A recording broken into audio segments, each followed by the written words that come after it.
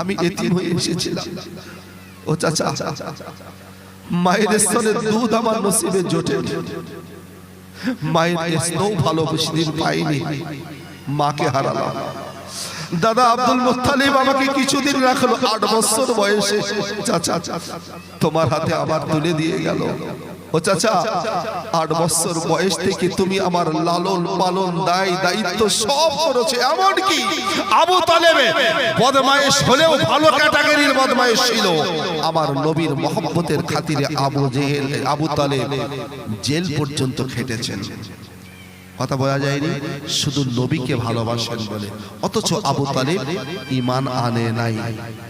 মৃত্যুর শেষ মুহূর্তে আমার নবী বারবার বলে, চাচা একটাবার কলেমা বলে। আবু তালেব বলে, ভাতিজা জীবনে যখন পড়িনি, আমি আর শেষ সময় পড়বো না। আমার আল্লাহ বলেন, ইন্নাকা লা তাহদি মান আহবাবতা ওয়ালাকিন্নাল্লাহা ইয়াহদি মান ইয়াশা। আমি আল্লাহ, হে নবী তুমি বারবার জোর করে চাপিয়ে দিও না। আমি আল্লাহ হেদায়েতের মালিক, আমি আল্লাহ যাকে হেদায়েত করব সেই হেদায়েত পাবে। তাহলে আবু তালেব ঈমান আনেনি, কলেমা পড়েনি, মুসলমান নয়। ভাই এই মানুষ আবু তালেব মরণের পরে কি জান্নাতে যাবে না জাহান্নামে যাবে? সবাই বলে জাহান্নামে যাবে। সত্যি আল্লাহর বিচারে জাহান্নামী। অথচ আবু তালেবের শরীরে জাহান্নামের আগুন স্পর্শ করতে পারে না। সুবহানাল্লাহ বলবেন না?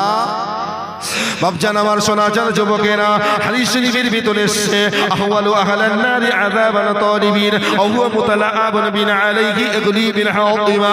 রাসূলুল্লাহ বলেছেন, আমার সাহাবীরা, আমার চাচা আবু তালিব ঈমানের কলেমা পড়েনি, আমার চাচা আবু তালিব ঈমান আনেনি। আমার চাচা আবু তালিব বেঈমান ছিল। আমার চাচা আবু তালিব মারা যাবার পরে জাহান্নামের মানুষ হয়ে গেছে। ও সাহাবীরা, কিন্তু আমার চাচা আবু তালেব জাহান্নামী হবার পরে শরীরে জাহান্নামের আগুন স্পর্শ করতে পারে না। শুধুমাত্র আবু তালেব আমার চাচার জাহান্নামী দুটো স্যান্ডেল মানে জুতো আবু তালেবের পায়ে পরিয়ে দেওয়া হবে। আর ওই জুতোটা জাহান্নামের আগুনের এতটা তেজ হবে, ওই জাহান্নামী জুতো পরার পর আবু তালেবের ওই জুতোর পায়ের তলা দিয়ে এমন তাপ বার হবে, মাথার ঘিনুগুলো যেমন ভাতের হাঁড়িতে ভাত ফুটে গেলে টকবক করে ফোটে, তেমন এই ঘেনুগুলো গলে গিয়ে টকবক করে ফুটতে থাকবে। ও বাপজান আমার আবু তালেবের শরীরে জাহান্নামের আগুন লাগে না, পায়ের তলায় জাহান্নামী জুতো পরিধান করা। ও বাপজান আমার আল্লাহর ফেরেশতারা বলেন, আল্লাহ গো আবু তালেব কলেমা পড়ে নাই, ঈমান আনে নয়, আল্লাহ তুমি ওকে ডাইরেক্ট জাহান্নামে ফেলে দাও। আল্লাহ গো ওকে এমন কষ্ট দিও না, আল্লাহ ওর শরীরে জাহান্নামের আগুন লাগে না, অথচ পায়ে জুতা জোড়া আর মাথার আগুনগুলো ঘেরু টকবক করে ফোটে। ফেরেশতারা সহ্য করতে পারে না, এতটা কষ্টদায়ক। আমার আল্লাহ বলে, ফেরেশতা আমি আবু তালেবের শরীরে জাহান্নামের আগুন লাগাইতে পারবো না, আমি ডাইরেক্ট জাহান্নামে ফেলতে পারবো না। ফেরেশতা বলে, কেন আল্লাহ? আল্লাহ বলে, ও ফেরেশতারা, আবু তালেব আমার বন্ধু, আমার হাবিব, আমার নবীকে বড় মহব্বত করতো। 8 বছর বয়স থেকে আবু তালেব আমার নবীকে কোলে নিয়েছে, আবু তালেবের পাশে আমার নবী শুয়েছে। আবু তালেবের শরীরের সাথে, আবু তালেবের গায়ের চামড়ার সাথে আমার বন্ধু হাবিব নবীর গায়ের স্পর্শ হয়ে আছে। আর আমার নবী আমার বন্ধুর গায়ের চামড়া যার সাথে স্পষ্ট হয়েছে, ওই চামড়াটার জন্য জাহান্নামের আগুন আমি আল্লাহ হারাম করে দিলাম। শুধু আবু তালেবের পায়ের তলাটা আমার নবীর কোন শরীরের সাথে স্পর্শ ছিল না বলে আবু তালেব জাহান্নামী হলো। শুধু পাটার জন্য জাহান্নামের আগুন ওর জন্য বরাদ্দ ছিল। ও বাংসানামার, তাহলে আমার নবীর কদমের বরকত আছে না নাই? আমার নবীর আঙুলের ইশারায় আমার নবীর বরকত আছে না নাই? আমার নবী যেখানে যে জিনিসে হাত দিয়েছেন ওই জিনিসের বরকত আমার আল্লাহ দ্বিগুণ বাড়িয়েছে। সেই নবীর সুন্নাহ ছেড়ে যাও কোথায়? কথা বোঝা যায়? 1 তারিখে নবী আমার বেরিয়েছেন, বাড়িতে এসেছেন, এসে দেখেন উম্মাহাতুল মুমিনিন আম্মা জান আয়েশা রুটি পাকাচ্ছেন। রুটি কথা বোঝা যায়? বিশ্ব নবী শুধু কি নবী শুধু আমরা মুসলমান আমাদের নবী? কথা বলে নাই, সব সৃষ্টির নবী হলো আমার তোমার নবী। বলুন না সুবহানাল্লাহ। সব নবীদের নবী হলো আমার তোমার নবী। এমন একজন নবী আমরা পেয়েছি বাবা, দুর্ভাগ্য আমরা নবী আছে জানি কিন্তু নবীকে চিনতে পারি নাই। সব নবীদের একটা পাওয়ার ছিল। পাওয়ার মানে বোঝেন তো? হ্যাঁ, এই পাখাটা একটা পাওয়ার আছে না? পাওয়ার মানে কি? সেই পাওয়ার আল্লাহ যখন নবী এবং রসুল করে পাঠিয়েছেন, সব নবী রসুলের একটা পাওয়ার ছিল। নবুয়ত থাকা অবস্থায় আল্লাহর কাছে একটা বার চাইবে আর সেইটাই কবুল হবে, একের অধিক চাইতে পারবে না বেঁচে থেকে। কথা বোঝা গেল? সব নবী রসুল দুনিয়ায় আসার পরে আল্লাহর কাছে চেয়েছেন, পেয়েও গেছেন। যেমন আদম আলাইহিস সালাম, তিনি নবী ছিলেন। 350 বছর পরে চোখের পানি ঝরিয়ে ঝরিয়ে একবারই আল্লাহর কাছে চেয়েছেন, পেয়ে গেছেন। পাননি? মুসা নবী আল্লাহর কাছে চেয়েছেন, পেয়েছেন। নীল দরিয়ায় যখন ফেরাউন করলো। ইব্রাহিম নবী আল্লাহর কাছে চেয়েছেন, পেয়ে গেছেন। নূহ নবী আল্লাহর কাছে চেয়েছেন, পেয়ে গেছেন। দাউদ নবী চেয়েছেন, পেয়ে গেছেন। ইউসুফ নবী চেয়েছেন, পেয়ে গেছেন। সব নবী দুনিয়ায় বেঁচে থাকতে আল্লাহর কাছে চেয়েছেন, আমার আল্লাহ দিয়ে দিয়েছেন। কিন্তু বিশ্ব নবী 63 বছর হাজ الله. أعوذ بالله من الشيطان الرجيم.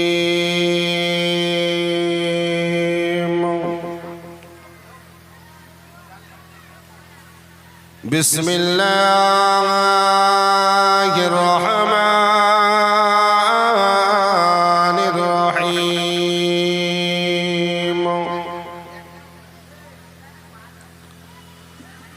نحمده ونستعينه ونستغفره ونؤمن به ونتوكل عليه ونعوذ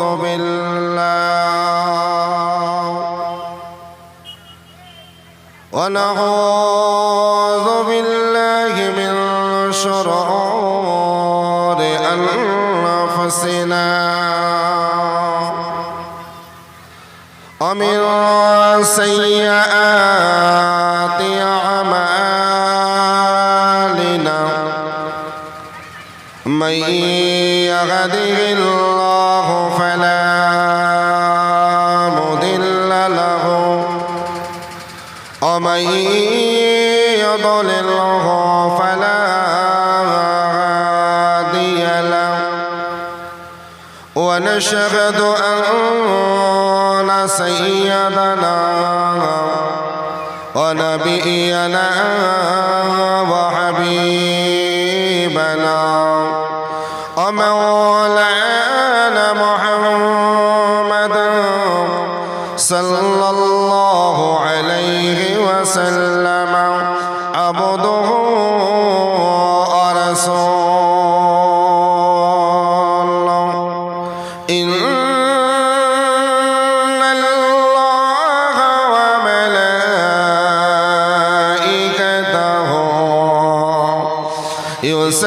يصلون على النبي يا أيها الذين آمنوا صلوا عليه وسلموا تسليما. اللهم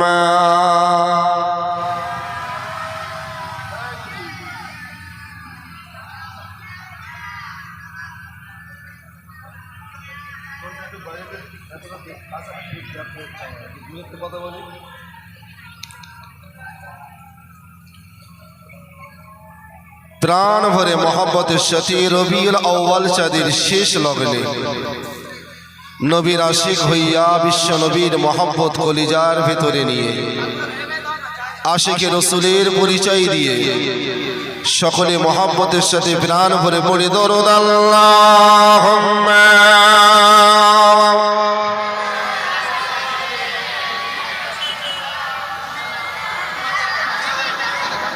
ওয়া আলা আলি সাইয়্যিদিনা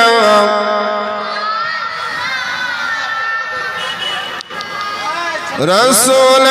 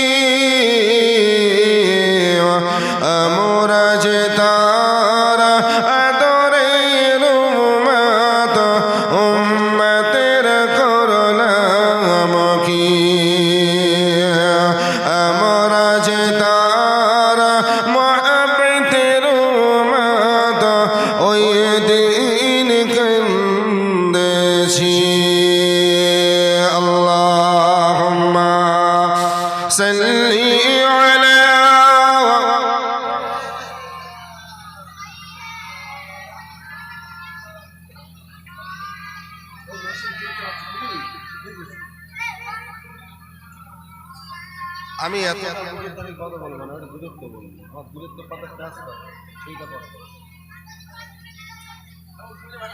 হ্যালো হ্যালো হ্যালো যেন দূরত্বের কথাটা কাজ করে। যত মাইক করে ফোনের সামনে যাব কত করে জড়িয়ে যাবে আমার। সাউন্ডটা এমন ভাবে রাখো যেন আমি দূরত্বে কথা বলতে পারি। দিনের লাগিয়া নবীজি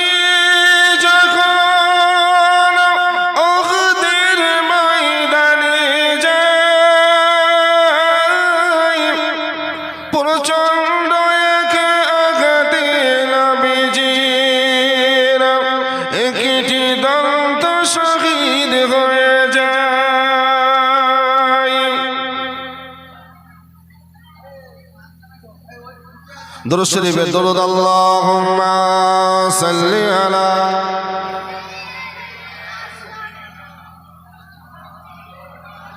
وعلى آل سيدنا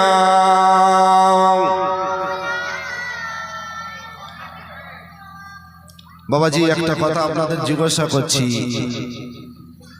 যদি আপনাদের শুনতে বুঝতে যদি সাউন্ডের মাধ্যমে অসুবিধা হয় ওটা একটু বলতে হবে আপনাদের। কথা বোঝা গেছে? কেননা অনেক সময় সাউন্ডের কারণে হুজুর যে কি বলে কেউ বুঝতে পারে না। এখন আপনারা কথা বুঝতে পারছেন পরিষ্কার? জি আমি ওইটাই বলছি, যেন সুস্পষ্ট বুঝতে পারেন সেটা যেন বলেন, তালে তাল দেবেন না। নাইলে হবে কি যে সকালে হলেই বলবে হুজুর যে কি বলে গেল কিছুই তো বুঝতে পারে।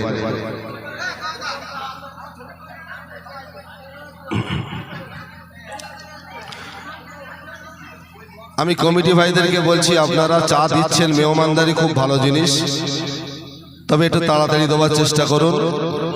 কেন ওয়াজ শুরু করলে আর এই চায় দেওয়ার একটা যে ভিড়, এটা আপনার খুব তাড়াতাড়ি সেরে ফেলেন, খুব তাড়াতাড়ি সেরে ফেলেন। কেননা গালে চা নিয়ে আমি কি দরুদ পড়াবো কি কলেমা পড়াবো সেটাই তো বোঝা যাচ্ছে না। খুব চটজলদি আপনারা চাটা নিয়ে নেন।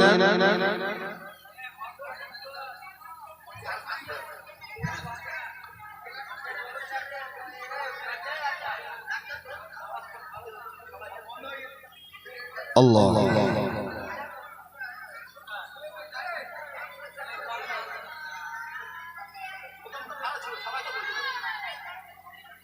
যাদের আমাদের চা খাওয়া হয়ে গেছে সকলেই আমরা নবীর আশিকে রসুলের পরিচয় দিয়ে সকলে পড়ি ইয়া রাসূলুল্লাহ ইয়া হাবিবাল্লাহ ইয়া রাসূলুল্লাহ ইয়া হাবিবাল্লাহ ইয়া রাসূলুল্লাহ ইয়া হাবিবাল্লাহ ইয়া রাসূলুল্লাহ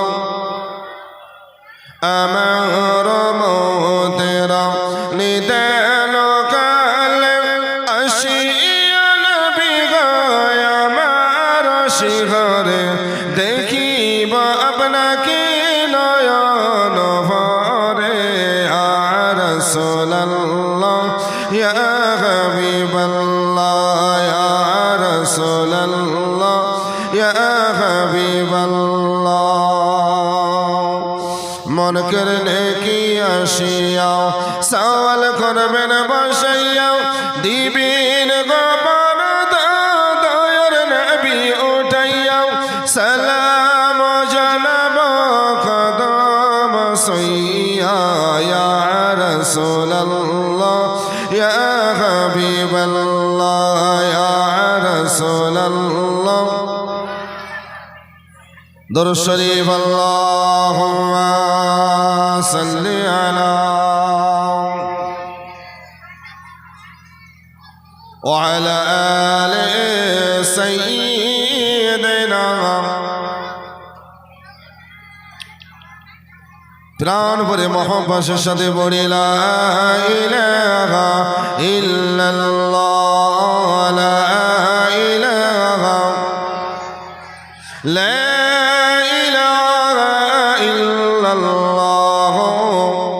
মোহাম্মদুর রাসূলুল্লাহ দিন মিলা ঈমান মিলা পড়নে के लिए कुरान मिला इन्ना अअतैनाकल कौसर वजवदियक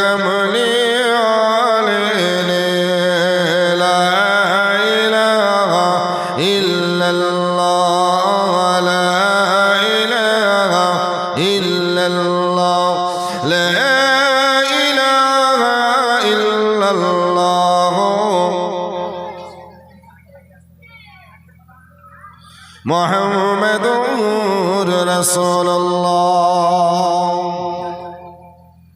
বিশ্বনবীর মহব্বত সবাই আমরা বিশ্বনবীর ভালোবাসা অন্তরের ভিতরে নিয়ে কলিজার ভিতরে নিয়ে মায়ার দরদি নবীকে সম্মান জানিয়ে মিলিতভাবে একসাথে সকলে বলুন সাল্লাল্লাহু আলাইহি ওয়াসাল্লাম প্রশংসা শুকরিয়া কৃতজ্ঞতা জ্ঞাপন করি আমরা সবাই স্রষ্টা মালিকের শাহী দরবারে যে রব যে স্রষ্টা আমাদেরকে এই পাক মেহফিলে কবুল করেছেন বিশ্ব নবী দিবস উদযাপনে এই জান্নাতি ও বাগানে শত ব্যস্ততার ভেতরে দিয়ে শরীরের একরকম আরামকে হারাম করে এই পাক মেহফিলে বসেছি আমরা শুধুমাত্র মহান আল্লাহ মহান স্রষ্টার অনন্ত দয়ায় যে রব যে স্রষ্টা যিনি আমাদের প্রতি এত দয়া মায়া করে এই বরকতপূর্ণ মজলিসে বসার তৌফিক দান করেছেন সেই স্রষ্টার দরবারে অন্তরের অন্তরস্থল থেকে উচ্চ আওয়াজের সাথে সকলে শুকরিয়া আদা করব তাই মিলিতভাবে আওয়াজ করে সকলে একবার বলুন আলহামদুলিল্লাহ সাথে সাথে আমরা জানাই আমাদের নেতা আমাদের রাগাবার কমান্ডার বিশ্ব নবী দুনূর নবী দয়ার মায়ার নবী হাবিব নবীর প্রতি জানাই উম্মত হইয়া মহব্বতের সাথে দরুদ ও সালাম সকল উম্মত বলি সাল্লাল্লাহু আলাইহি ওয়াসাল্লাম সম্মানীয় দিনীয় ভাই বাবাজি যদুবা এটা একটা ছোট্টখাট্ট হলে এটা একটা মার্কেট সেই মার্কেটের ব্যবসায়িক মানুষগুলো তাহাদের প্রচেষ্টা এবং তাহাদের নিয়তের উপরে রবিউল আউয়াল চাঁদে বিশ্ব নবীর সিরাতের উপরে আলোচনার মেহফিল তারা আয়োজন করেছেন আমি এই মার্কেটের সকল ব্যবসায়ী কমিটি ভাইদেরকে বলবো একটুখানি দায়িত্ব আপনারা পালন করুন, কেন আমার পরে আর কোনো বক্তা নাই। আমি যত সময় একটু আলোচনা রাখবো পরিবেশটাকে ঠান্ডা রাখার জন্য, মাঝে মাঝে একটুখানি আপনারা দাঁড়িয়ে যান। এই বাচ্চা কটারে হয় বাড়ি পাঠাও, নাইলে তোলো।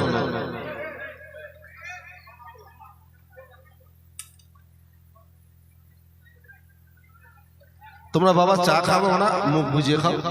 কথা বলো কেন তোমার? একদম কথা বলো না। দেখো তোমরা কথা বন্ধ করেছো, একদম পুরো সাইলেন্ট হয়ে গেছে। অ্যাকচুয়ালি শুধু তোমাদের কথাটাই শোনা যাচ্ছিল।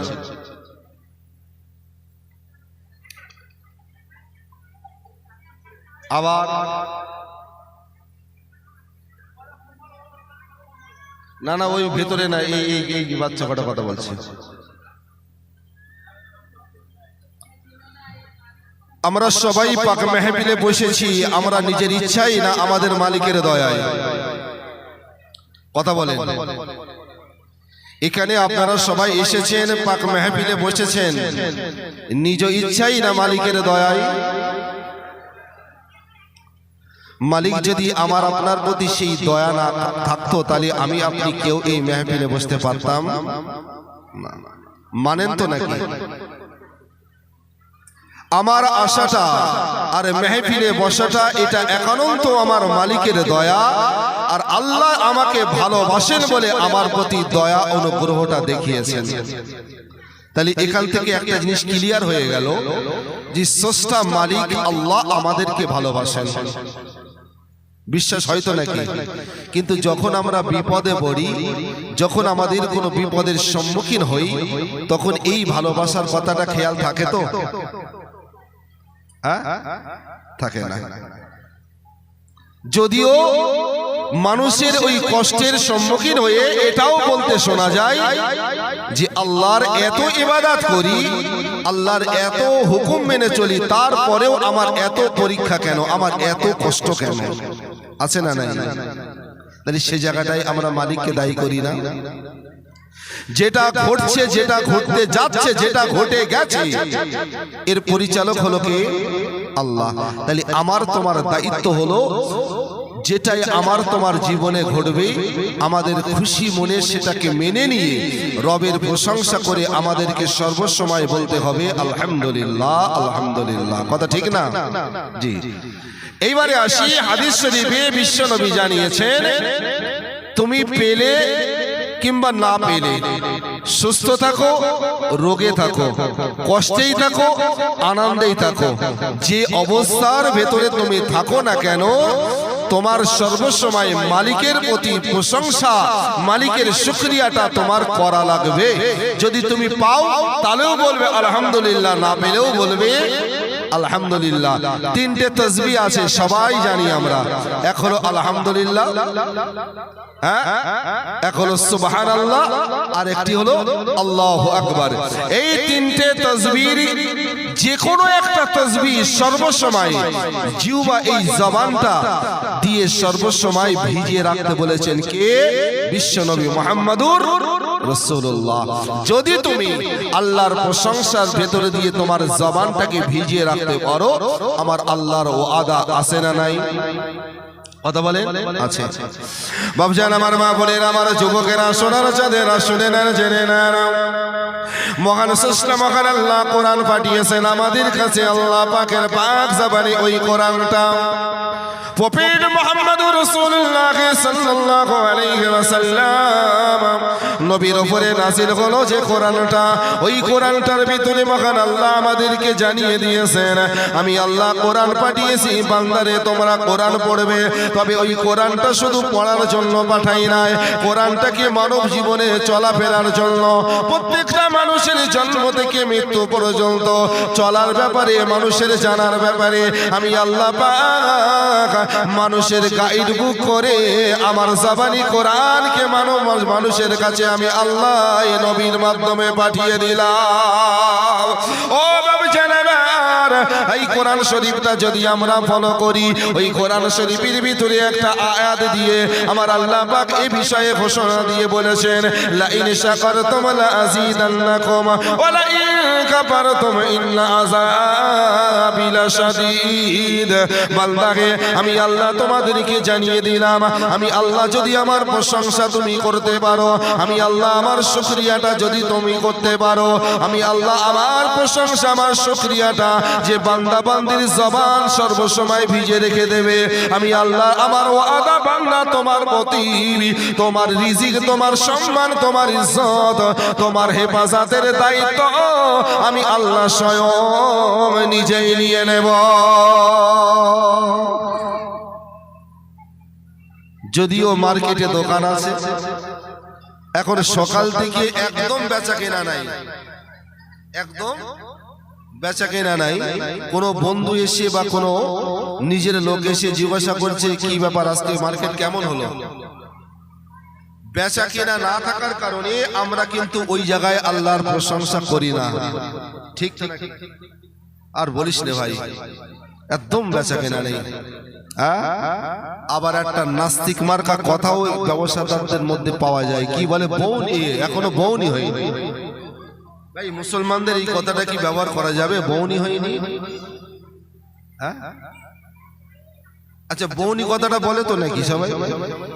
বলতে এখনো বউনি হয়নি, এই ভাষা কোথাতে পেলে?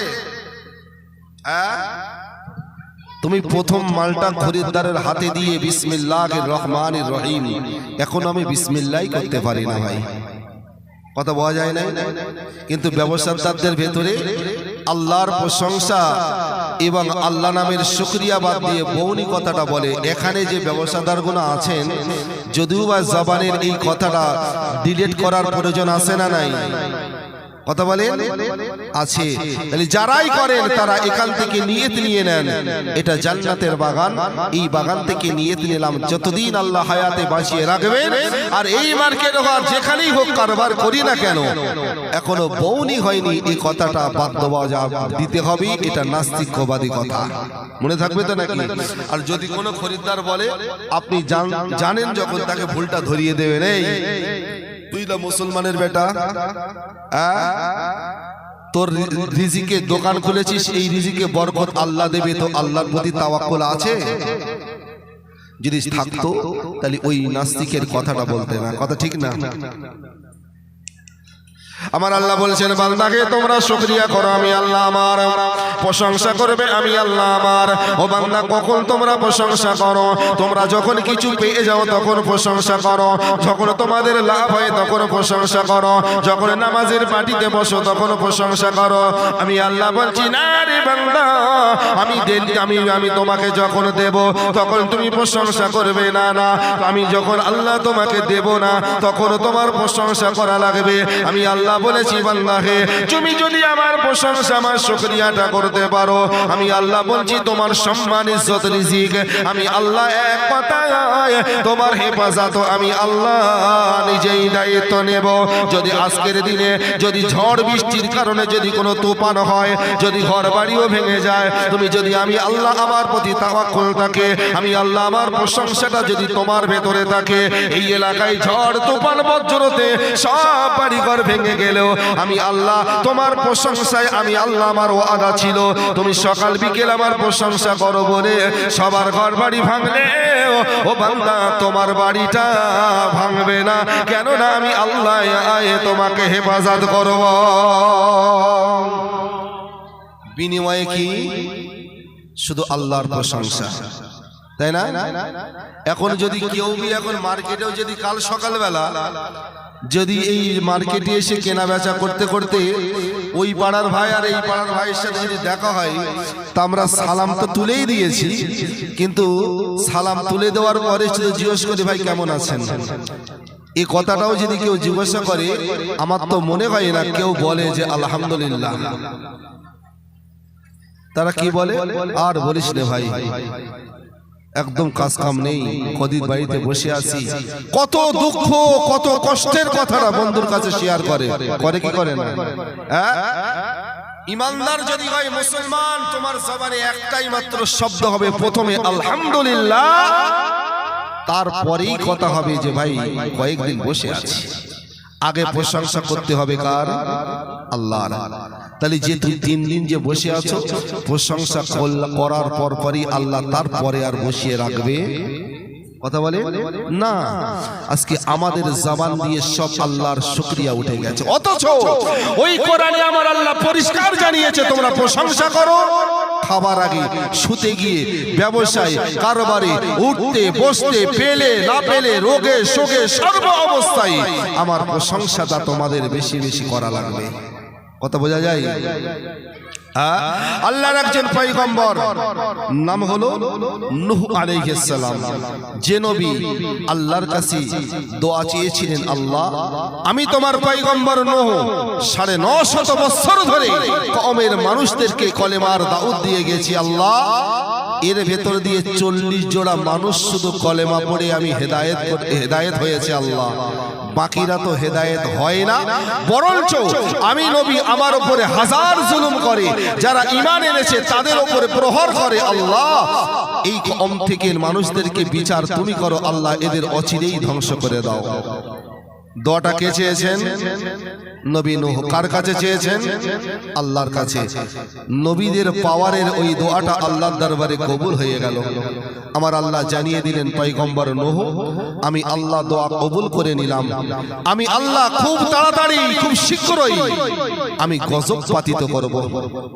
অর্থাৎ বেঈমানের বাচ্চা যারাই আছে তাদেরকে তুমি কলেমার দাওয়াত দিয়ে গেলে, অথচ তারা কলেমা তো পড়ে নাই, আবার হাজার জুলুম অত্যাচার করেছে, তার কারণে আমি আল্লাহ ওদেরকে সাজা দেব, তবে সেই সাজা হবে গজবদের মাধ্যম দিয়ে আমি আল্লাহ ধ্বংস করে দেব। নূহ নবীর দোয়া কবুল আল্লাহ জানিয়ে দিলেন। তবে আমার আল্লাহ বলেন, নূহ আমি আল্লাহ গজব পাতিত করবই, তবে কবে এই দিন তারিখটা এখনো বলবো না, তবে তুমি তৈরি হও, ওই গজব থেকে বাঁচার জন্য তুমি একটা নৌকা বানিয়ে ফেলো, ওই নৌকাটা তুমি বানাও। আমি আল্লাহ বলছি যেদিন গজব পাতিত হবে সেই দিনে যারা ইমানের কালেমা পড়েছে, ইমানদার হয়েছে, মুসলমান হয়েছে, তাদেরকে নৌকার ভেতরে আশ্রয় দেবে, শুধু ওরাই বাঁচবে, বাকি সব ধ্বংস করে দেব। কথা বোঝা গেল? বাপজান আমার মা বোনেরা আমার যুবক ভাইরা, নূহ নবী আলাইহিস সালামের জামানায় ওই যুগে মরুভূমির দেশে কোনো নদী নাই, কোনো খাল বিল নাই, কোনো বড় বড় পুকুর নাই, আসমানের থেকে পানিও বর্ষণ হয় না। ও বাপজান আমার বছরে হয়তো একবার পানি হয় মরুভূমির দেশে।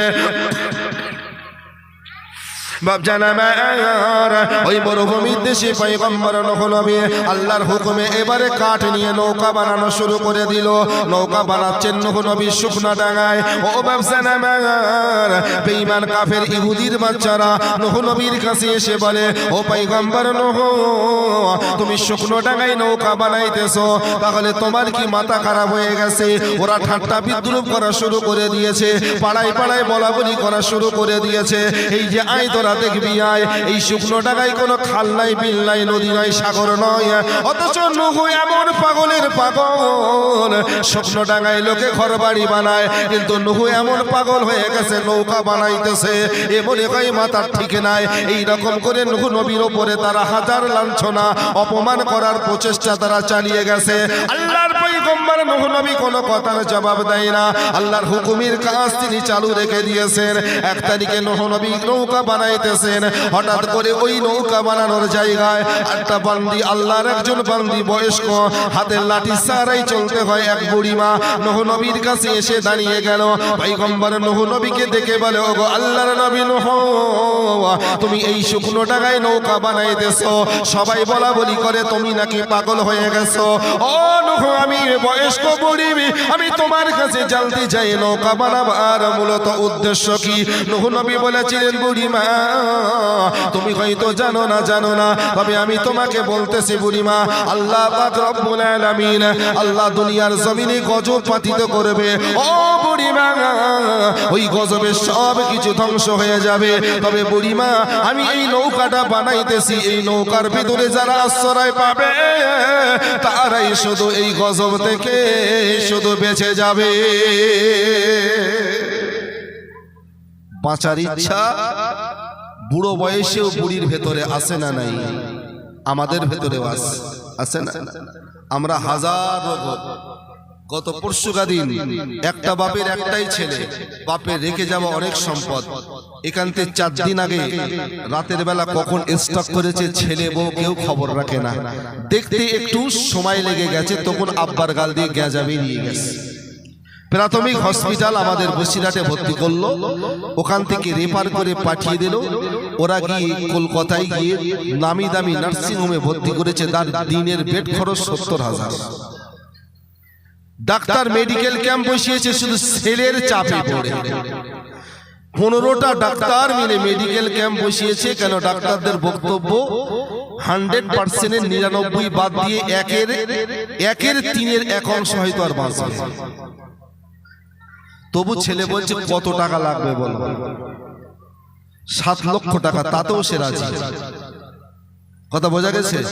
আব্বাকে বাঁচাবার জন্য 7 লাখ টাকা টেবিলে ফেলে দিল। তবে 7 লাখ পুরো লাগেনি, 2 লাখও গিয়েছে। আব্বাও তার পরপরই ইন্তেকাল করেছে। কথা বোঝা যায়? বাঁচার ইচ্ছা কার ভেতরে থাকে না? কথা বলে। কিন্তু বাঁচার ইচ্ছা আছে, কিন্তু নিজেকে রবের গোলামি করে সংযত হওয়ার ইচ্ছা আমাদের ভেতরে নাই। ঠিক তো না? চাচা বুড়ো হয়ে মরতে যায়, এখনো দাড়ির ফাঁক দিয়ে বিড়ির ধোঁয়া বার হয়। এ চাচা জীবনে কি মরবে বলে মনে হয় না? মসজিদের মুয়াজ্জিন বারবার 5 ওয়াক্ত আযান দেয়, হাইয়া আলাস সালাহ। আরবি শব্দ, বাংলা অর্থ কি? নামাজের দিকে ধাবিত হও। এমন গোলামের গোলাম আমরা, কান এমন পর্দা লাগিয়েছি মুয়াজ্জিনের কথায় আজানের ধ্বনি শোনার পরেও ওদিকে আজান হয় আর এদিকে ও বিড়ি ফোঁপায়। আছে না নেই? সবাই পাশ দিয়ে বেরিয়ে যাচ্ছে, ও মুসলমানের বেটা চুপচাপ বসে আছে। দেখে মনে হয় না যে ও কোন জাতে ফেলা যাবে বলে মনে হয়। হিন্দুদের যদি হয় তবু ওরা সন্ধ্যেবেলা একটু শাক পুজো টুজো দেয়, আর এই মুসলমানের বাচ্চা কিচ্ছু দিল না, ও সন্ধ্যেবেলা একটা বিড়ি ধরে বসে থাকলো। আছে তো? এ জাতি সিধা হবে কবে? বেশি দূরে মসজিদ নয়, অথচ এ জাতি এখনো বাঁচার ইচ্ছা। বাপজান, আমার মা বোনের, আমার সোনার যারা যুবকের আলোচনার দিকে একটুখানি গুরুত্ব দিয়ে দেন। আয়াতটা বলেছি লা ইন শাকারতুম লা আযীদান্নাকুম। আল্লাহ বলেছেন শুকরিয়া করবে আমি আল্লাহ আমার। আল্লাহ যদি বলেছেন প্রশংসা করবে আমি আল্লাহ আমার। বান্দা যদি প্রশংসা আমি আল্লাহ আমার করতে পারো, শুকরিয়া যদি তোমার জবান দিয়ে আমি আল্লাহ আমার করতে পারো, অন্তর দিয়ে রবের প্রশংসা করলে আমি আল্লাহ তোমার হেফাজত করব। ও বাপজান আমার, বুড়িমা যখন বললেন নূহ আমিও বাঁচতে চাই, আমি এই গজব থেকে বাঁচতে চাই, ওই সময় নূহ নবী বললেন বুড়িমা বাঁচতে গেলে তো বাঁচতে যদি ইচ্ছা হয়, শুধু ইচ্ছা হলে হবে না, তার জন্য আমল করা লাগবে। বলে কি সেই কাজ? বলে বুড়িমা এই নৌকার ভিতরে সবাই তো আশ্রয় পাবে না। বলে তাহলে কে পাবে? বলে যারা আল্লাহর প্রতি ঈমান এনেছে, আর আল্লাহর প্রতি ঈমান এনেছে, যারা নবীর প্রতি যারা ঈমান এনেছে, আল্লাহর প্রতি ঈমান আনা নবীর প্রতি ঈমান এনেছে যারা, এক কথায় ঈমানদার যারা, তারা নৌকার ভেতরে আশ্রয় পাবে, আর বাকি আর কেউ নৌকার ভেতরে আশ্রয় পাবে না। বুড়িমা তখন বলে নূহ আমি তো এখনো ঈমান আনি নাই, আমি তো এখনো কলেমা পড়ি নাই, আমার বাঁচার বড় শখ, বাঁচার বড় ইচ্ছা। তবে আমি নূহ, আমি বুড়ি বলছি নূহ তুমি আমাকে এই মুহূর্তে আর দেরি করো না, আমাকেও তুমি কলেমাটা পড়িয়ে দাও। আল্লাহর নবী নূহ আলাইহিস সালাম বুড়িমার হাত দুখানা ধরে ওই সময় কলেমা খানা পড়িয়ে দিল। বুড়ি কলেমা পড়ে ঈমান এনে মুসলমান হয়ে গেল। হয়ে যাবার পর নূহ নবী এবার বলে ও বুড়িমা চিন্তা করার কোনো প্রয়োজন নাই, তবে কবে গজব হবে আল্লাহ এখনো জানাইনি গো। তো বুড়িমা তবে তোমার চিন্তার কোনো কারণ নাই, তুমি যখন কলেমা পড়ে ঈমান এনে মুসলমান হয়েছ, যেই দিন আল্লাহর গজব পাতিত হবে, আমি আল্লাহর নবী নূহ তোমাকে কথা দিলাম আমি নিজ হাতে তোমাকে এই নৌকার ভেতরে এই জায়গা করে দেব।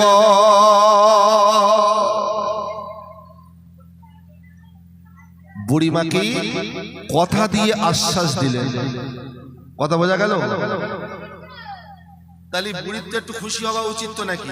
হ্যাঁ, যেখানে গজব হয়ে সব ধ্বংস হয়ে যাবে সেখানে আমি বুড়ি বাঁচবো। নূহ আমাকে কথা দিয়েছে, বুড়ির তো একটু খুশি হওয়া উচিত তো নাকি? হ্যাঁ, যেখানে বাঁচা আর মরার একটা বিষয়। বুড়ি খুশি হয়ে নূহ নবীর কি দোয়া দিয়েছিলেন, না মাথায় হাত বুলিয়ে দিয়েছিলেন, না নেমন্তন্ন করেছিলেন যে নূহ তুমি আল্লাহর নবী, তাহলে তুমি আমাকে যখন এত একটা উপকার করলে, তাহলে আগামী দুদিন কি আগামীকাল আমার বাড়িতে তোমার দাওয়াত। হ্যাঁ, এগুলোর কিচ্ছু করে নাই। বুড়ি ওখানে অন্তর দিয়ে উচ্চ আওয়াজ দিয়ে পয়গম্বর নূহ নবীকে সাক্ষ্য রেখে একটাই শব্দ ব্যবহার করেছিলেন, আলহামদুলিল্লাহ। সুবহানাল্লাহ বলবেন না? এখন নূহ নবী তো নৌকায় তুলে জায়গা করে দেবেন প্রতিশ্রুতি দিয়েছেন, তাহলে প্রশংসা এখানে নূহ নবী পাবে না আল্লাহ পাবে? আমাদের হলে কি করতাম বলেন? আমি তো এই গ্রামের বাইরের একজন বক্তা। এখন সাপোজ ধরে নেন আমার এই বাবাজি আমার সামনে বসে আছে, এখন সবাই জলসা শুনছে আমার দিক থেকে, কিন্তু ভাইয়ের যেন একটা চেহারার মধ্যে চিন্তার ভাস আমি দেখতে পাচ্ছি। আমি কিন্তু দেখতে পাচ্ছি বলে আমি স্টেজ থেকে সাপোজ আমি নেমে ওনাকে ডাকলাম, ভাই কি ব্যাপার? সবাই জলসা শুনছি, সবার চেহারা দেখে একরকম বুঝতে পারছি, কিন্তু আপনার চেহারা দেখে যেন একটা চিন্তার ভাস যেন বুঝতে পারছি। কি হয়েছে কি? বলছে হুজুর কি আর হবে, জলসা শুনতে এসেছি, তবে একটাই টেনশন, আগামী কাল বাদ পরশু মেয়ের বিয়ে। ছেলের পক্ষ কোনো কিছু দাবি করেনি, শুধু বলেছে 100 লোক আসবে, এদেরকে একটু ভালো করে মেহমানদারি করবে। তা আমার কাছে 100 টাকা নেই যে কাল বাদ পরশু মেয়ের বিয়ে দেবো, ওদের 100 কি খেতে দেবো, এই টেনশনে আমার মাথা খারাপ। জলসা আমি শুনছি, ভাই কন্যাদায়গ্রস্ত বাপ আমার সাথে ধরো বলল, আমি তখন ওনার গায়ে হাত বুলিয়ে বললাম একদম টেনশন করবেন, আপনি তো কন্যাদায়ী পিতা, তাই না? আল্লাহ অর্থ আমারও দিয়েছে, এই মুহূর্তে আপনার দিয়েছিল, এখন আপাতত নাই। শোনেন, আপনি কাল বাদ পরশু মেয়ের বিয়েতে 16 আনা মেহমানদারি রাখবেন, আমি বাইরের বক্তা হলেও ঠিক আছে, আমি তোমাকে সব অ্যারেঞ্জমেন্ট করে যাচ্ছি বিনা টেনশন। কথা দিয়ে গেলাম, টাকা দিয়ে গেলাম, ইনি ফ্রি হয়ে গেল। বাড়িতে গিয়ে ওনার স্ত্রী ওনার বিবিকে নিয়ে বিষয়টা যখন বললেন, ওনার মা ওনাকে বলছে যে মনা হুজুরটারে তো দাওয়াত করতে হবে, আমার এই গ্রামের এত মানুষ থাকতে একটা বাইরের মানুষ তোর এই অদিনে তোর এমন উপকার করলো। আচ্ছা বলেন, এই মানুষটা জীবন দশায় যতদিন বাঁচবে আমারে ভুলতে পারবে বলে মনে হয়? কথা বলে কোনদিন ভুলতে পারবে না। শুধু একটাই দোয়া দেবে, উনি দেবে, ওনার স্ত্রী দেবে, ওনার পরিবার দেবে, ওনার মা দেবে, ওনার বাপ দেবে। অথচ কেন দিচ্ছে? আমি জাস্ট একটু উপকার করেছি, কি ওর ওই অদিনে একটু আত্মীয়তার সাপোর্ট করেছি। কথা ঠিক না? তাহলে উনি ওই টাকাটা নিয়ে বলল, হুজুর সত্যি আপনি যা আমার এই উপকারটা করলেন, আল্লাহ আপনাকে বড় করুক। ওনার মা দোয়া দিচ্ছে, আল্লাহ ওনাকে বড় করুক। ওনার স্ত্রী বলছে, হুজুরকে আরো বড় আলেম করুক। সবাই আমার জন্য দোয়া করেছে, কিন্তু কথাটা সত্যি করে স্বীকার করেন তো, উনি টাকাটা হাতে নেওয়ার পরে তাহলে উনি আমার প্রশংসা করছে, কিন্তু প্রশংসাটা অরিজিনাল পাবে কে? কিন্তু আল্লাহর কথা খেয়াল থাকে আমাদের। তাহলে এই বুড়িটা থাকলো কিভাবে? এ তো নূহ নবী বাঁচা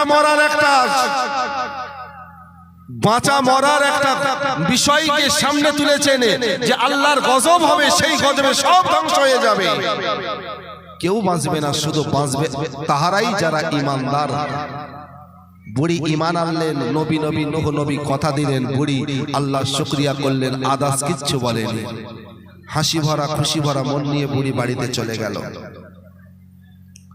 বাপজান, আমার মা বোনের, আমার যুবকেরা শুনে নাও, জেনে নাও, ও আমার পর্দার মায়েরা শোনো, আজকে আমাদের জবানে অনেক কিছু ভাষা আছে, কিন্তু 3টে তসবির একটা তসবিও আমাদের নাই।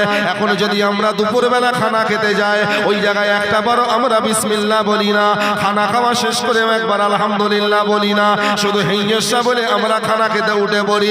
রাত যখন এসে যাবে, আমরা বালিশে মাথা লাগিয়ে ঘুমিয়ে পড়ি, ওই জায়গায় রবেরও প্রশংসাও তো আমরা করতে পারি না। ও বাবজান আমার, খালি নূহ নবীর কথাই বুড়িমা বললেন আলহামদুলিল্লাহ, আমার আল্লাহ খুশি হয়ে গেল, রাজি হয়ে গেল। বুড়ি আল্লাহর প্রশংসা করলো। বুড়ি বিদায় নেওয়ার সাথে নবী নূহ নবীকে বললেন, ও নূহ, তালি তুমি তোমার কথা মতন যেদিন গজব হবে সেদিন আমাকে তুমি ডেকে নিও। বুড়ি তার নিজের বাড়ি চলে গেল। আমার আল্লাহ পাক এবার দিন তারিখ নির্ধারণ করে নবী নূহ নবীকে জানিয়ে দিল। আল্লাহ বলেন, ও আমার পয়গম্বর নূহ, তোমার কিস্তি নৌকা কি বানানো হয়ে গেছে? নূহ নবী বলে, হ্যাঁ আল্লাহ। বলে, তাহলে আগামীকাল আমি পৃথিবীর জমিনে আমি আল্লাহ পাক গজব পাতিত করব। ও বাবজান আমার, দিন তারিখ জানিয়ে দিল আমার আল্লাহ, আর সেই তারিখ মোতাবেক গজব পাতিত হয়ে গেল। তবে নূহ নবীর জামানায় যে প্লাবনটা হয়েছিল, যে গজবটা হয়েছিল, ওই প্লাবনের এরিয়া কিন্তু শুধু সোনার মদিনা আর মক্কা নয়, মিশর নয়। আমার আল্লাহ ওই গজবটা গোটা দুনিয়াময় জুড়ে গজব হয়েছিল। সেই দিন এই বনমালী ধোবাঘাটা এই জায়গাটাও কিন্তু নূহ নবীর জামানায় গজবের ভেতরে পাতিত ছিল। ও বাবজান আমার, টানা 40 দিন ধরে নূহ নবীর জামানায় আল্লাহর গজব হলো। এমন ভাবে গজবটা এসেছিল, বিরাট ধমকা হাওয়া, সেই সাথে সাথে আসমানের বৃষ্টি জমিনের উপরে পড়ে পড়ে ওই জমিনটার পানিটা এতটাই উঁচু হয়ে গিয়েছিল, একটা বড় নারিকেল গাছ, বড় তাল গাছ যতটা উঁচু, নূহ নবীর জামানায় জমিনের ওই পানিগুলো তাল গাছ সমান উঁচু হয়ে জমিনে আছড়ে পড়ে। আর ওই আছড়ে পড়ে ঘর বাড়ি, গাছ গাছালি, পশু পাখি, দুনিয়ায় যা কিছু ছিল সবগুলো ধ্বংস হয়েছিল। একটা কথা মনে করে নেবেন, নূহ নবীর জামানায় শুধু ঘর বাড়ি, মানুষ, গরু পাখি ধ্বংস হয়েছিল তাই নয়, এমনকি হাজী সাহেব হজ করতে গেলে যে কাবা শরীফটাকে তওয়াফ করতে হয়, কালো গেলাবে ঢাকা কাবা শরীফ, ওই ঘরটাও কিন্তু নূহ নবীর জামানায় ওই প্লাবনের দেয়ালগুলো পর্যন্ত ভেঙে গিয়েছিল। এতে করে অনুমান করুন যে আল্লাহ গজব দিল, ওই আল্লাহর গজবে আল্লাহর কাবা বাইতুল্লাহ পর্যন্ত থেমেছিল না, সেই দেয়ালগুলো পর্যন্ত ভেঙে গিয়েছিল। শুধুমাত্র নূহ নবীর জামানায় ওই কিস্তির ভেতরে 40 জোড়া মুসলমান যারা ঈমানের কলেমা পড়েছিল, নূহ নবী আর 40 জোড়া মুসলমান, শুধু তারা এই দুনিয়ার জমিনে শুধু বেঁচে ছিলেন। টানা 40 দিন। ও আজ শুধু শোনা নয়, নিজে নিজে ভাবুন, যে আল্লাহ গজব দিচ্ছেন সেই আল্লাহর ঘর কাবা বাইতুল্লাহ, তার দেয়ালটা পর্যন্ত ভেঙে গিয়ে শুধু কাবা শরীফের যে বডি ফিক্সার যে এরিয়াটা ওইটা ছিল, পুনর্নির্মাণ আবার হলো। জাতির পিতা ইব্রাহিম আলাইহিস সালাম আসার পরে ওই কাবা শরীফ আবার পুনর্নির্মাণ হলো। কথা বোঝা গেছে? কিন্তু ওর যে ভিতটা ছিল, বাকি দেয়াল ভেঙে গিয়েছিল। এবার অনুমান করতে হবে যে না জানি কত বড় গজব ছিল, 40টা দিন ধরে টানা বৃষ্টি, টানা ঝড়, তুফান, বজ্রপাত। তবে এইবারে 40 দিন পরে আমার আল্লাহ নূহ নবীকে জানিয়ে দিলেন, আমার পয়গম্বর নূহ, আমি আল্লাহ গজব এবার আমি আল্লাহ তুলে নেব। তবে তোমরা এখন কোথায়? অনুমান করুন, আমি তো যাই নাই, তবে জুদি নামক একটা পাহাড়, সেই পাহাড়ের কিনারায় সেখানে গিয়ে নৌকাটা গিয়ে ওই পাহাড়ের কাছে গিয়ে ভিড়ে গেল, দাঁড়িয়ে গেল। এবার অনুমান করুন পৃথিবীর জমিন থেকে পানিটা দাঁড়িয়ে কত উঁচুই ছিল। নৌকাটাকে মাথায় করে কি পাহাড়ে নিয়ে গিয়েছিল? না, ভাসতে ভাসতে গিয়েছে। তাহলে কতটা উঁচু ছিল পানির ঢেউটা, গোটা পৃথিবীময় জুড়ে সেই গজবে ফেলেছিল। সেই দিন আপনাদের এই ধোবাঘাটা, এই মাঠ বলুন, এই মার্কেট বলুন, সেদিন কিন্তু ওই গজবের কবলে পড়ে গিয়েছিল। দুনিয়ায় কোনো জায়গা বাকি ছিল না, শুধু ওই 40 জোড়া মানুষ ওই নৌকার ভেতরে আশ্রয় পেয়েছিল, তারাই। বাপজান আমার, সোনার চাঁদ যুবকেরা, 40 দিন পরে এবার যখন গজব আস্তে আস্তে যখন নির্মূল হয়ে যায়, ওই পানিগুলো যে যার মতন যে যার জায়গায় বেরিয়ে গেল, জমিনটা এবার দেখা গেল নূহ নবী ওই পাহাড়ের কিনারায় তাকিয়ে দাঁড়িয়ে দেখেন গোটা দুনিয়াটা একটা ময়দান আর ময়দান, গাছগাছালি নয়, ঘরবাড়ি নয়, শুধু একটা ময়দান হয়ে আছে। যেদিকে তাকাই সেদিকেই ময়দান, যেদিকে তাকাই সেদিকেই ময়দান। ও বাবসান আমার, আল্লাহর কাবা বাইতুল্লাহর ঘরটা পর্যন্ত ভেঙে গেছে। নূহ নবী এবং ওই 40 জোড়া মুসলমান পাহাড়ের কিনারায় এমন তো সময়তে আমার আল্লাহ বলে নূহ তালি গজব আমি আল্লাহ তুলে নেব। ও আল্লাহ বলে নূহ তাহলে এবার বলো গজবের পরে আমার দুনিয়া নামক জগৎটার পরিস্থিতি কেমন? নূহ নবী বলে আল্লাহ দুনিয়ায় আর কিছু নাই, কিছু অবশিষ্ট নয়, ঘর বাড়ি গাছপালা বৃক্ষ তরুলতা সব ধ্বংস হয়ে গেছে। আল্লাহ এমনকি আপনার কাবা বাইতুল্লাহর দেয়ালটাও পর্যন্ত ভেঙে গেছে। আমার আল্লাহ বলে নূহ ওই নৌকার ভেতরে যারা আশ্রয় নিয়েছিল তাদের খবরটা আমাকে একটু বলো। ও বাবসান আমার, নূহ নবী বলে আল্লাহ ওই নৌকার ভিতরে যারা ঈমানদার আশ্রয় পেয়েছিল আল্লাহ তারা শুধু অবশিষ্ট বেঁচে আছে। যেই না বলেছেন আমার আল্লাহ সঙ্গে সঙ্গে বলছেন নূহ যদি নৌকায় ঈমানদাররা আশ্রয় পেয়ে যদি বেঁচে থাকে তাহলে নূহ ওই বুড়িটার খবর কি? যে বুড়িটা তুমি যখন কিস্তি বানাইতেছিলে তোমার কাছে এসে হাতে হাত দিয়ে বায়াত হলো, ঈমান আনলো, কলেমা পড়লো, নূহ তুমি তো তাকে কথা দিয়েছিলে। তাহলে 40 জোড়া মুসলমান যে নৌকার ভেতরে আছে তার মধ্যে কি বুড়িটা আছে? নূহ নবী তখনই খেয়াল করেছে বুড়ির কথা। 40 দিন পরে আদতেও ওই নৌকার মধ্যে বুড়িটা নাই। নূহ নবী তাকে হাতে করে তোলেনি, কিন্তু নূহ নবী কথা দিয়েছিল, প্রতিশ্রুতি দিয়েছিল। ভাই ওয়াদা প্রতিশ্রুতি আল্লাহকে সাক্ষ্য রেখেই তো আমরা করি তো নাকি? হ্যাঁ, জলসা হয় মসজিদের উন্নয়নে, জলসা হয় মাদ্রাসার উন্নতি প্রকল্পে, জলসা হয় কবরস্থানের রোগের মাগফিরাতে উন্নতি প্রকল্পে। ভাই ওই জায়গায় হুজুরিরা কালেকশন করি, আমরা আল্লাহকে সাক্ষ্য রেখে হাত তুলে বলি আগামী বছর 10 বস্তা সিমেন্ট দেবো, 10 বস্তা চাল দেব। আমরা প্রতিশ্রুতি করি কি করি না? হ্যাঁ, এখন কমিটি সাহেব মনে করছে এবছরে মসজিদে জলসা দিয়ে আমরা যে কালেকশনের ওয়াদা পেয়েছি আমরা কাজে একটু হাত দিই। কথা বলা যায়নি, পকেটে এখনো কমিটির টাকা আসেনি, কিন্তু ওয়াদার খাতা দেখে মনে করছে কাজে লাগলে ইনশাল্লাহ শুরু হবে।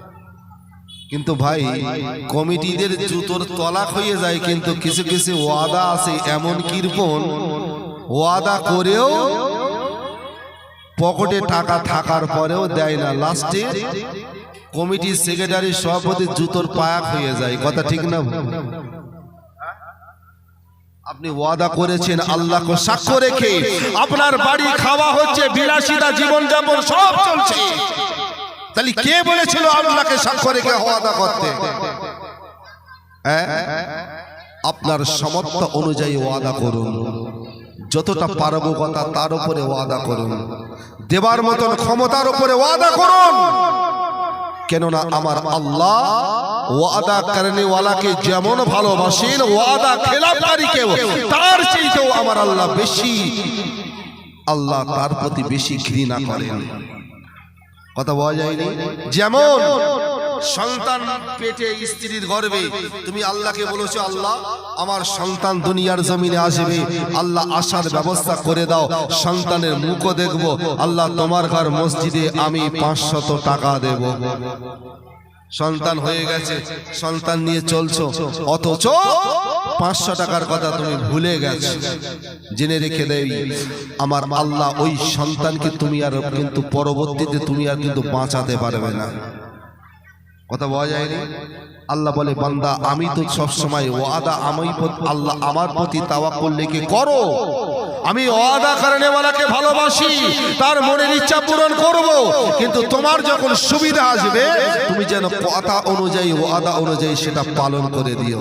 নূহ নবী তো ওয়াদা করেছিল, ভুলে গেছে। আমার আল্লাহ বলছে নবী নও, তুমি নবী হতে পারো কিন্তু ওয়াদা খেলাপ করেছো, আমি আল্লাহ বরদাস্ত করব। অর্থাৎ দুনিয়ায় সব যদি ধ্বংস হয়ে যায়, কিচ্ছু যদি না দেখা যায়, বাড়ি ঘর কি শুধু ময়দান আর ময়দান, এখন তোমাকে খোঁজ নিয়ে আসতে হবে সেই বুড়িটা বেঁচে আছে না মরে গেছে। আচ্ছা বলেন, আমার আল্লাহ কি জানে বুড়ি বেঁচে আছে কি মরে আছে? আল্লাহ জানে, কিন্তু নূহ নবী তিনি শুধু এতটুকু মানুষের ওয়াদা খেলাপ করেছেন, আমার আল্লাহ পয়গম্বরকে ছেড়ে দেয় নাই। তাহলে তুমি আমি মানুষের কাছে মানুষের ওয়াদা করি, আল্লাহকে সাক্ষ্য রেখে ওয়াদা করি, সব ভুলে যাই। আজকে কমিটিটা বলে কি করে কাজ করব, মানুষ ওয়াদা করেও দিতে চায় না। তাহলে আমাদের অবস্থাটা কি হবে ভাই? বাপজান আমার সোনার চাঁদ যুবকেরা, পর্দার মায়েরা, আল্লাহর নবী এবারে চিন্তায় পড়ে গেল, তাই তো দুনিয়া সব ধ্বংস হয়ে গেল। ওই বুড়িটা বেঁচে আছে না মরে গেছে? আমার তো মনে হয় সে বেঁচে নাই। এই গজবে 40 দিন টানা বৃষ্টি হলো, ঝড় তুফান হলো, বজ্রপাত হলো, তাহলে ঘর বাড়ি কিছুই তো আর অবশিষ্ট নয়। এমনকি আল্লাহর কাবা বাইতুল্লাহর দেয়াল ভেঙে গেছে। তাহলে ওই বুড়িটা কেমন করে বেঁচে থাকে? আমার আল্লাহ বলে, নোহ ওটা বললে আমি শুনবো না, তোমাকে এখন খোঁজ করে দেখাতে হবে ওই বুড়িটা এখন বেঁচে আছে কিনা। ও বাপসানা আমার, যদি নামক পাহাড়ের কিনারা থেকে নূহ নবী এবার জমিনের তলদেশে নামলেন। নামার পরে ওই ফাঁকা ময়দান, গোটা পৃথিবীময় ময়দান, নূহ নবী খুঁজতেছেন কোথায় পাবো, কোথায় পাবো বুড়িটা বেঁচে যদি থাকে, তার লাশটাও যদি পেতাম, লাশটা তুমি কোথায় পাবে? আল্লাহর নবী নূহ কয়েকদিন চলার পর কিছু দূরে গিয়ে দেখতে পায় ওই যে একটা ফাঁকা ময়দান, ওই ময়দানের একটা কিনারায় ছোট্ট একটা কুড়ে ঘর। ওই ঘরটাকে নূহ নবী দূর থেকে দেখতে পেল। দেখার পরে আস্তে আস্তে ঘরের কাছে চলে যায়। নূহ নবী ঘরের কাছে গিয়ে চিন্তা করে তো এটাই আল্লাহ পাক গজব দিল। এই গজব টানা 40 দিন ধরে হলো। বড় বড় গাছগাছালি, বালা বিল্ডিং কিছুই অবশিষ্ট থাকলো না। মানুষ পর্যন্ত, পশু পাখি সব মরে পচে গেছে। অথচ ওই বাড়িটা মাটির বাড়ি নয়, ওই বাড়িটা কুড়ে ঘর, একটা তাল পাতার ঘর। তাহলে ওই ঘরটা কেন এখনো দাঁড়িয়ে আছে? আল্লাহর কাবা বাইতুল্লাহ যদি ভেঙে যায়, তাহলে ওই তাল পাতার কুড়ে ঘরটা কি করে দাঁড়িয়ে থাকে? এই জায়গায় কি গজব হয় না? নূহ নবী এই কথা চিন্তা করতে করতে ওই ঘরের কাছে গেল। মনের আবেগ নিয়ে নূহ নবী এবার একটা আওয়াজ দিতে শুরু করলেন। ওই আওয়াজটা কোনো কিছু ছিল না। নূহ নবীর বিশ্বাস, মনে হয় এই ঘরটাই মনে হয় বুড়িমার ঘর। না জেনে নূহ নবী দূর থেকে আওয়াজ দিয়ে বলে, বুড়িমা, ও বুড়িমা, তুমি কি ঘরের ভিতরে আসো? এই না আওয়াজ নূহ নবী যখনই দিল, দেখা গেল ওই তাল পাতার ছোট্ট কুড়ে ঘরের ভেতর থেকে ওই বুড়িমা একটা তোলপা গুটিয়ে বগল দাবার ভেতর দিয়ে নূহ নবীর সামনে সশরীরে দাঁড়িয়ে গেছে। আশ্চর্যের বিষয় না? ছোট্ট একটা খুঁটির উপরে দাঁড়িয়ে থাকা তাল পাতার ঘর, সেই 40 দিনের গজবে সব ধ্বংস হলো, অথচ ঘরটা ধ্বংস হয় না। বুড়ি বেরিয়েই নূহ নবীকে বলছে, কারণ নূহ নবী বুড়িমাকে সশরীরে দেখে হতভম্ব হয়ে চুপচাপ দাঁড়িয়ে আছে, কথা বলা বন্ধ। বুড়িটা এখনো বলছে, ও নবী নূহ, কি ব্যাপার? তুমি আমার ডাকলে তা চুপচাপ হতভম্ব হয়ে গেলে কেন? চলো। 2-3 বার বলার পরে পয়গম্বর নূহ নবী বলছেন, বুড়িমা কোথায়? বলে, কেন, তুমি কি সব ভুলে গেছো? ও বাবা নূহ, তুমি না আমার হাতে হাত দিয়ে কথা দিয়েছিলে, তুমি বলেছিলে আল্লাহ গজব পাতিত করবি, যেদিন গজব হবে সেই দিন আমাকে তুমি ডেকে নিজ হাতে নৌকায় জায়গা করে দেবে। সেই দিন থেকে আমি বাড়ি এসে পর্যন্ত আমার এই তোলপাটা গুটিয়ে আমি পোটলা বেঁধে শুধু দরজার মুখে কান পেতে দাঁড়িয়ে আছি, না জানি কখন তুমি ডাকো আর আমি কখন কি করি। সেই থেকে তো বসেই আছি, এই তো প্রথম তুমি আমাকে ডাকলে। তাহলে তোমার সাথে আমার কথা ছিল তুমি ওই দিন ডাকবে যেদিন গজব হবে সেই দিন। তা তুমি দেরি করছো কেন? যদি এক্ষুন গজব হয়ে যায় তো নৌকার ভিতরে যেতে হবে, চলো। আল্লাহু আকবার। নূহ নবী আল্লাহর প্রশংসা করে বলছেন, আল্লাহু আকবার। আল্লাহ, তোমার লীলা বোঝা তোমার পয়গম্বর নূহের পক্ষেও যেন সম্ভব হলো না। আল্লাহ আল্লাহ, ইন্নামা আরাদা শাইয়ান আইয়াকুলা লাহু কুন ফায়াকুন। আল্লাহ তুমি হলে কুন ফায়াকুনের মালিক, তুমি হতে বললেই সেটা হয়ে যায়। আল্লাহ টানা 40 দিন ধরে গজব হলো, সুনামি হলো, প্লাবন হলো, অথচ বুড়িটা বেরিয়ে বলছে চলো। সে খবরই রাখে না, সম্পূর্ণ বেখবর। 40 দিন ধরে যে গজব হয়েই গেছে এ সম্বন্ধে জানেও না। সুবহানাল্লাহ বলবেন না? নূহ নবী ওই সময় বুড়িমার হাতখানা ধরে বলে, বুড়িমা তুমি যেতে বলছো, কোথায় যাব? বলে কেন না, আল্লাহর গজব হবে বলে সে তো হয়েই গেছে। নূহ নবীর কথাই বুড়িমা বলে কবে হলো, কখন হলো?